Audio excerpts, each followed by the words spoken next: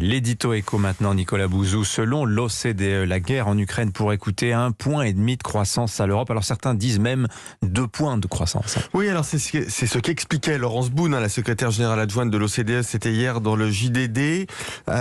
Cette stagflation au fond, c'est-à-dire à la fois cette absence de croissance et cette inflation, elle est liée à la hausse des prix alimentaires, due aux restrictions d'offres sur la mer Noire, et puis bien évidemment au choc énergétique avec l'augmentation des prix du gaz et du pétrole. Alors ce choc énergétique, il est quand même moins fort que le choc pétrolier de 1973, parce que nos économies dépendent beaucoup moins des hydrocarbures que ce n'était le cas alors, mais enfin, le résultat est le même. Les ménages ont moins de pouvoir d'achat pour consommer, les entreprises ont moins de profits pour investir, et si ça s'installe, c'est bien ce qu'on appelle la stagflation. Cette stagflation, c'est ce que rappelle l'OCDE, elle est en grande partie liée au conflit. Ça veut dire que combattre la guerre des Russes, par exemple, en augmentant les sanctions, si ça permet de limiter la durée du conflit, eh bien c'est bon aussi pour l'économie. Bon, ce nouveau cocktail économique, qu'est-ce que ça change concrètement ? Alors on entre dans une économie de pénurie, c'est-à-dire qu'on va manquer de certaines choses. Pour l'énergie, on va s'en sortir, même si on faisait un boycott des hydrocarbures russes, on trouverait du gaz ailleurs. Mais pour l'alimentation, par exemple, c'est plus compliqué. Il faut produire davantage en Europe, c'est sans doute le plus inquiétant. Et puis dans l'industrie aussi, on va avoir des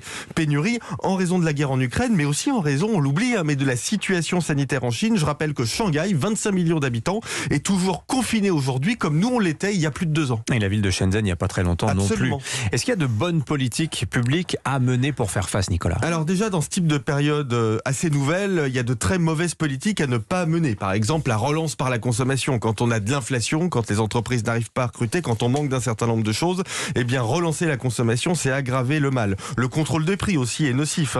Quand on manque de tournesol, si vous plafonnez l'huile de tournesol, vous n'aurez pas davantage de tournesol.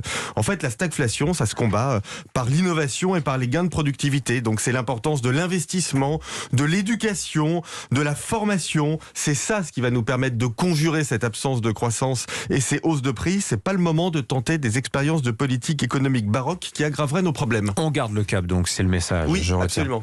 Merci beaucoup Nicolas Bouzou, 7h19. Europe Matin.